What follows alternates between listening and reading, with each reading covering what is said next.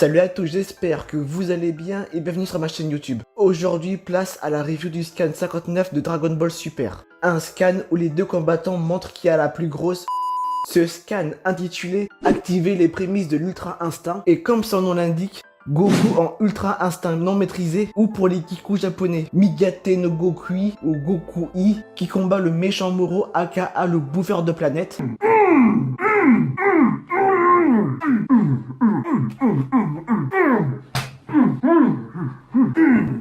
Ok.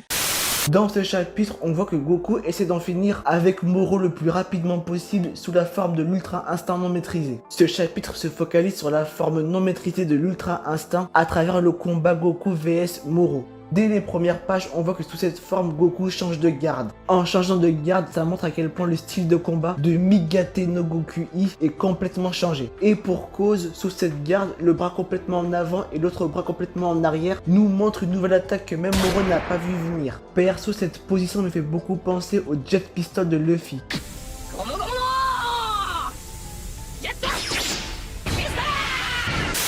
Sous cette nouvelle forme d'Ultra Instinct non maîtrisé, il est capable d'agiter ses poings tellement vite qu'il peut créer des souffles d'air. Cette technique me fait beaucoup penser à la technique de Goku qu'il a utilisée face à Shishi. Cette nouvelle attaque est peu puissante, mais au moins ça permet de tenir Moro à distance. Sous cette forme non maîtrisée, Goku gagne en agilité et surtout en rapidité. Il a toujours un coup d'avance sur les attaques de Moro. Il est tellement souvent en avance sur Moro que limite, on a l'impression qu'il voit ce qui se passe dans l'avenir.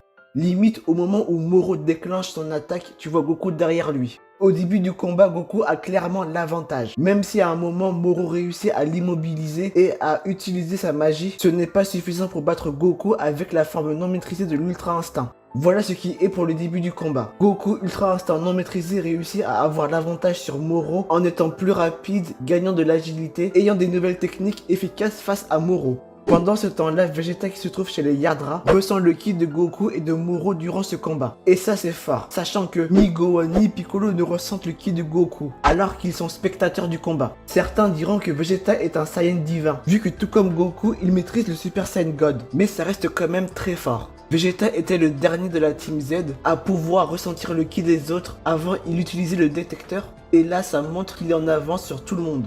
Honnêtement, je ne pense pas que ce soit Goku en Ultra Instinct non maîtrisé qui battra Moro. J'espère que ça sera Vegeta. Je vais développer ça vers la fin de la vidéo, mais disons que maintenant Vegeta, surtout dans cet arc, ne s'entraîne pas que pour lui, pas que pour éliminer son adversaire.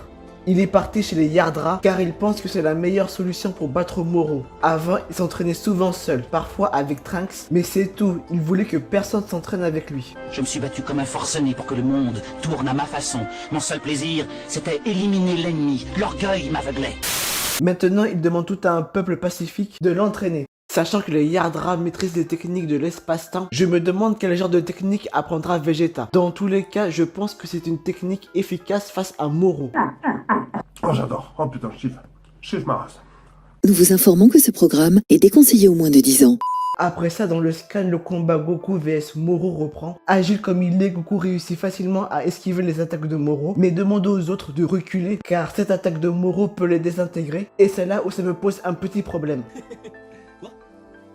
Car au début du scan, Piccolo avait dit, je cite, « Le destin de l'univers tout entier repose sur ce combat ». Or, ce combat, malgré qu'il soit fun, je le trouve pas du tout intense. Les deux combattants imposent, c'est vrai, mais la menace que l'univers tout entier repose sur ce combat, je ne la ressens pas du tout. L'ambiance n'y est pas. Perso, dans ce scan, je ne ressens pas ce danger. À titre de comparaison, Majin Buu, lui, on ressentait énormément de menaces. Que ce soit dans les palais des dieux, dans l'au-delà, ou dans l'univers quand Buu détruisait les planètes, en un seul coup, la Terre détruite, avec Majin Buu, on ressentait cette menace. Regardez-les, je n'ai jamais vu un combat d'une telle intensité. Ils vont y laisser leur vie. Il avait raté ça, je m'en serais voulu jusqu'à la fin des temps. Bref, heureusement que Goku et Vegeta étaient là. Mais là, avec Moro, j'ai pas du tout l'impression que l'univers est en danger. Enfin bon, il y a des trucs sympas, comme le Kamehameha bien exécuté de Goku, où au dernier moment, il s'est retourné pour anticiper l'illusion de Moro. Surprise, motherfucker. Ça, c'était bien joué. On voit vraiment que Goku est un génie des arts martiaux.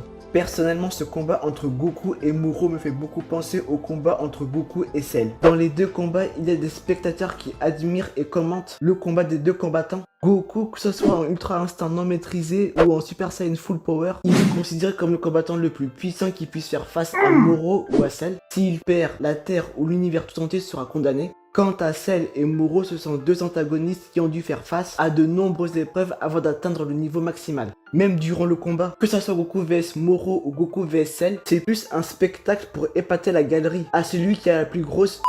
On retrouve aussi certaines stratégies. Le Kamehameha téléportation qui ressemble beaucoup au Kamehameha qui anticipe le mouvement de Moro. Ou quand Moro sert très fort Goku, c'est exactement la même technique que Cell. Ou surtout, et c'est là où je me suis dit que Moro c'est un Cell 2.0, c'est pas possible. Quand il dit, je cite, « Tu croyais que c'était tout ce que j'avais, imbécile ?» Puis Moro nous montre sa vraie puissance. C'est exactement la même stratégie que Cell face à Gohan.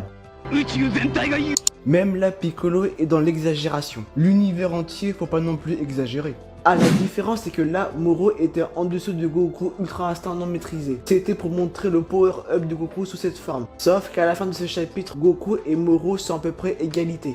Moro nous a montré sa véritable puissance. Quant à Goku, lui qui est toujours en Ultra Instinct non maîtrisé, veut en terminer rapidement avec toute sa puissance. Mais juste avant ça, ce qui est intéressant, c'est la discussion entre Whis et Merus, qui est un ange aussi. Merus déclare à Whis que durant l'entraînement de la salle du temps, que Goku n'a pas réussi à maîtriser l'Ultra Instinct. Il utilise que la forme Migate no Goku I, la forme non maîtrisée quoi. Whis déclare, je cite, « L'augure n'est que la porte d'entrée vers l'Ultra Instinct. Elle manque de stabilité et cette instabilité consomme une énorme quantité d'énergie. » C'est fou, Goku, ce génie, durant l'entraînement de la salle du temps, il a réussi à maîtriser la puissance du Super Saiyan, appelé Super Saiyan Full Power. Mais là, c'est autre chose. Avec l'enseignement d'un ange, Merus, il n'est qu'au début des prémices de l'Ultra Instinct. Manquant de stabilité, elle consomme beaucoup d'énergie. C'est pour ça que Goku a voulu en finir vite avec Moro. Malheureusement, ce n'est pas le cas. Moro nous a montré qu'il a une puissance qui dépasse les dieux. No, God! No, God, please, no! No! Donc le combat entre Goku et Moro est un combat dépassant la plupart des Hakashin, voire plus entre anges. Mais le problème c'est qu'il n'y a pas d'intensité. On ne dirait pas que c'est un combat de ce niveau-là. À la fin, Goku dit une chose intéressante. Il ne va plus se retenir et veut en finir très rapidement. Sachant que l'Ultra Instinct non maîtrisé, c'est-à-dire l'augure, ne lui suffira pas. Et je doute qu'il pourra être en Ultra Instinct. Comme l'a si bien dit Whis, l'augure n'est que la porte d'entrée vers l'Ultra Instinct. Donc je pense que dans le prochain scan, brièvement, Goku atteindra une étape intermédiaire entre l'augure et l'Ultra Instinct.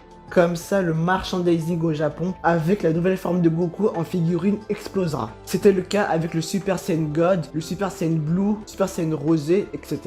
L'Ultra Instinct, ce n'est pas une transformation, mais plus une technique, un stade. Donc, pourquoi pas mélanger l'Ultra Instinct non maîtrisé avec le Super Saiyan. Ainsi, Goku aura les cheveux violets et tout. Non! L'une des couleurs qui reste et qu'on n'a jamais vu dans la chevelure des Saiyans. Mais j'espère pas.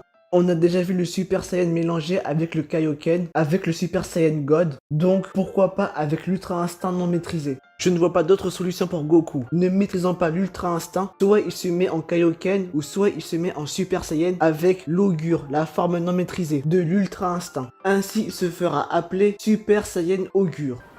C'est nul! Oh, je vois déjà la chose arriver. Mais je n'espère pas que ça va être ça. En tout cas, pas de cheveux violets, s'il vous plaît.